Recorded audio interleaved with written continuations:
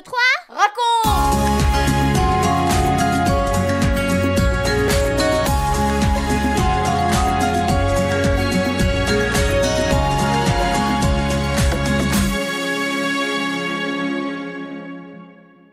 Bonjour.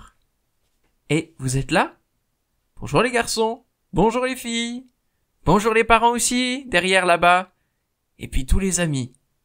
Aujourd'hui, c'est notre 71e émission 1, 2, 3 raconte. Il y a 2000 ans, il n'y avait ni les magazines, ni le journal télévisé.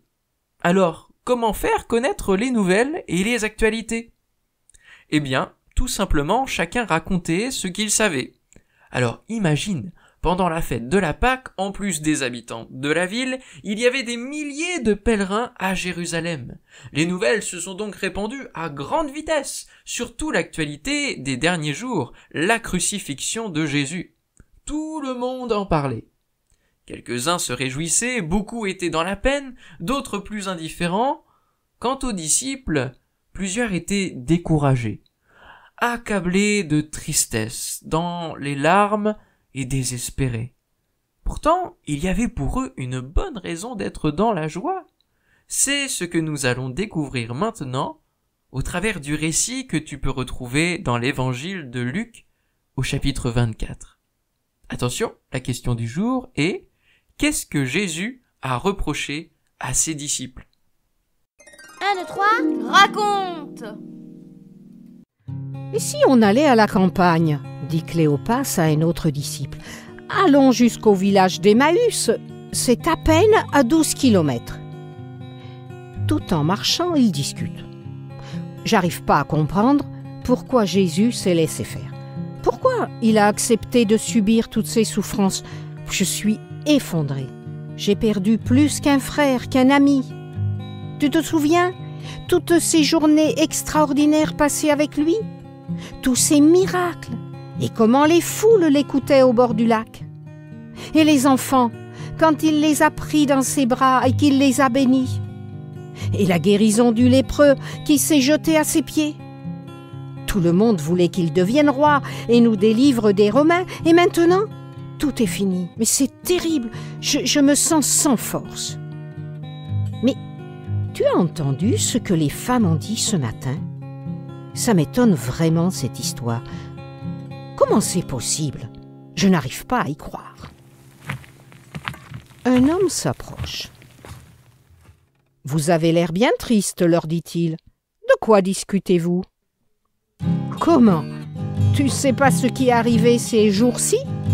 Tu es bien le seul. Tout Jérusalem est au courant. Dites-moi ce qui s'est passé. » « Tu n'as pas entendu parler de Jésus de Nazareth? C'était un grand prophète. Il a fait des miracles extraordinaires. Sa parole était puissante et il faisait des choses extraordinaires devant Dieu et devant tout le peuple. Nous l'avons suivi pendant des mois. On l'aimait tellement. Mais voilà, ils l'ont condamné à mort. C'est affreux. Et maintenant, tu vois, tout est fini.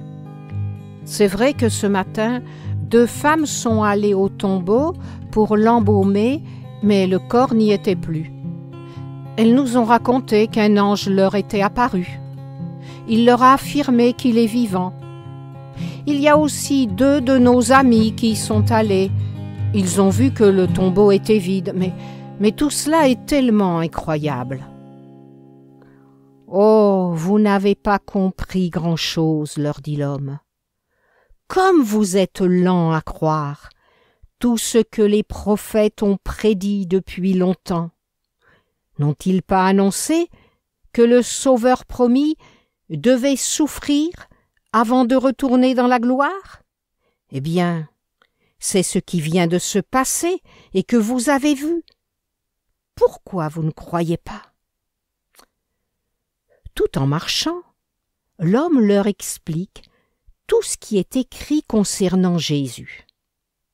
Ils arrivent au village. L'homme semble vouloir continuer son chemin. « Reste avec nous, lui disent-ils. Il va bientôt faire nuit. On va à l'auberge. Viens manger avec nous. » Ils se mettent à table. L'homme prend le pain et il prie. « Père, je te rends grâce. Je te remercie pour le pain que tu nous donnes. » Puis, il rompt le pain et en donne un morceau. Et à ce moment-là, les disciples le reconnaissent. C'est Jésus. Et soudain, le Seigneur disparaît de devant eux. Il est vivant. Il est réellement ressuscité, s'exclame-t-il, tout ému. Vite, vite, on retourne à Jérusalem, on va le dire aux autres qu'il est vivant. Les apôtres et plusieurs disciples sont réunis dans une pièce fermée à clé, car ils ont peur que les hommes religieux, les chefs, viennent les arrêter. Nos deux amis frappent à la porte. « C'est nous, ouvrez !» Avec enthousiasme, ils expliquent ce qu'ils viennent de vivre. Jésus est réellement ressuscité, on l'a vu, il nous est apparu. Subitement, quelqu'un est là au milieu d'eux. Mais comment est-il entré? « La paix soit avec vous, leur dit-il. N'ayez pas peur, c'est moi. » Ils sont effrayés, ils croient voir un fantôme. Mais il ajoute: « Pourquoi avez-vous peur comme ça? Pourquoi pensez-vous voir un fantôme? Regardez mes mains, regardez mes pieds. Vous voyez la marque des clous? Alors, reconnaissez que c'est bien moi. Vous pouvez me toucher. Un fantôme, il n'a ni chair ni os. Mais moi, vous le voyez, je suis bien là en chair et en os. » Les disciples sont dans la joie. Jésus est là avec eux. Mais ils ne réalisent pas encore complètement. Ils ont tellement de mal à y croire. « Avez-vous quelque chose à manger ?» leur dit-il. Alors il lui donne un morceau de poisson grillé et un gâteau de miel. Jésus le prend et mange là, sous leurs yeux. Puis il leur dit: « Tout ce qui est arrivé, c'est ce que je vous avais annoncé quand j'étais avec vous. Il fallait que je meure et que je ressuscite. Vous avez vu toutes ces choses, et bientôt vous irez les proclamer, les annoncer aux autres. Mais avant, je vais vous envoyer ce que mon Père a promis. En attendant, restez à Jérusalem. » La tristesse, l'angoisse, tout a disparu. Les disciples sont maintenant remplis d'une joie immense. Ce dimanche soir de Pâques, ils le croient. Jésus est réellement ressuscité. Il est vivant.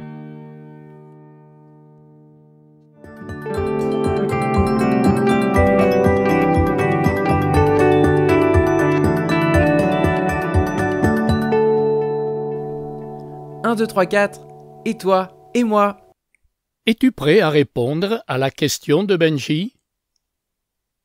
Il nous demande ce que Jésus reproche à ses disciples. Il leur reproche d'être lents à croire qu'il est ressuscité. Pourtant, les prophètes l'avaient annoncé, lui-même les avait avertis. Les anges l'ont dit aux femmes. Marie de Magdala l'a vu près du tombeau. Cléopas et son ami l'ont vu sur le chemin d'Emmaüs. Mais ils doutent encore. Alors, avec patience et avec amour, Jésus leur explique. Il leur donne des preuves. Dans les jours suivants, il va se montrer encore à d'autres, comme nous le verrons dans notre prochaine histoire.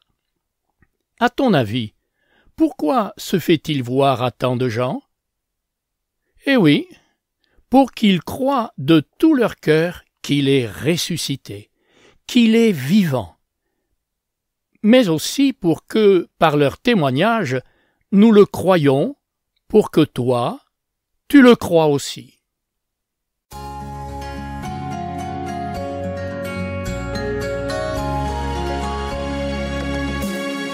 4, 3, 2, 1 et nous les parents. La résurrection de Jésus est un fait historique, tout comme sa venue, ses actes, ses enseignements, et pourtant, combien de nos contemporains restent dans leurs doutes? Rien ne change dans leur vie.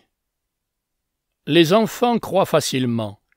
Ils ont un cœur bien disposé.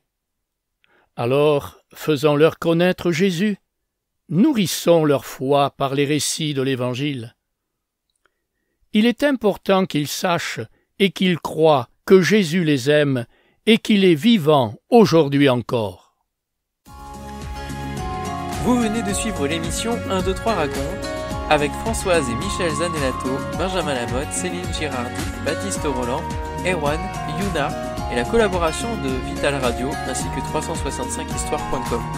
Si vous avez aimé cette émission, n'hésitez pas à la partager autour de vous. À bientôt!